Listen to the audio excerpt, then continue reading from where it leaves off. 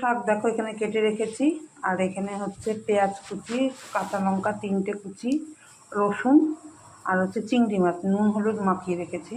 তো এইটা দিয়ে আর এই মূলো শাকটা দিয়ে আজকে একটা একটা রেসিপি একটা তৈরি করব, যেটা হচ্ছে আমরা তো মূলো শাক দেখো সবাই কম বেশি ভাজা খাই, একটু দেখবে কচি কচি থাকলে মূলো শাক। এই যে এখানে মূলো শাকগুলো প্রথমে দিয়ে দিই, মূলো শাকটা দিয়ে দিলাম, কাঁচা লঙ্কা দিয়ে দিয়েছি, এই চিংড়ি মাছগুলো দিয়ে দেবো, এই যে চিংড়ি মাছ।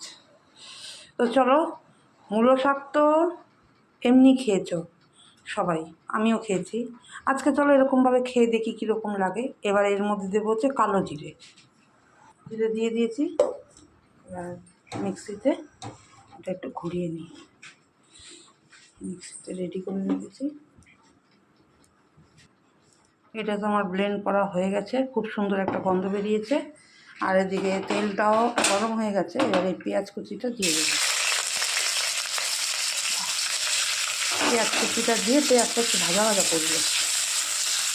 এরকম পেঁয়াজটা ভাজা ভাজা হয়ে গেছে, এবার এই যে এটা দিয়ে দেবো, এই মূলো পাতার এটা গ্রেভিটা দিয়ে দেবো।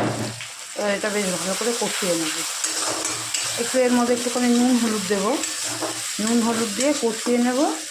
তারপরে যখন এটা একদম ড্রাই ড্রাই হয়ে যাবে তখন এটা নামিয়ে নেব। একটু হলুদ আর একটু স্বাদ মতো নুন, এবার এটা কষিয়ে নেবো বেশ ভালো করে।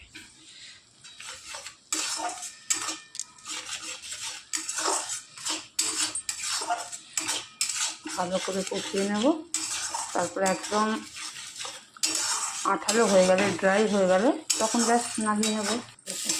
এটা একদম ড্রাই হয়ে গেছে, এবার এটাকে নামিয়ে দেবো, পুরো ড্রাই হয়ে। এই দেখো এটা একদম ড্রাই হয়ে গেছে, আর একটুখানি হয়ে গেছে, কতটা ছিল ওই পাতাটা, কিন্তু একটুখানি হয়ে গেছে। এবার এটা হয়ে গেছে, এই দেখো কড়ার মধ্যে লেগে যাচ্ছে, এবার এটাকে নামিয়ে নেব। চলো এই নামিয়ে নিলাম, পুরো হয়ে গেছে, কড়াটা নিচে লেগে গেছে।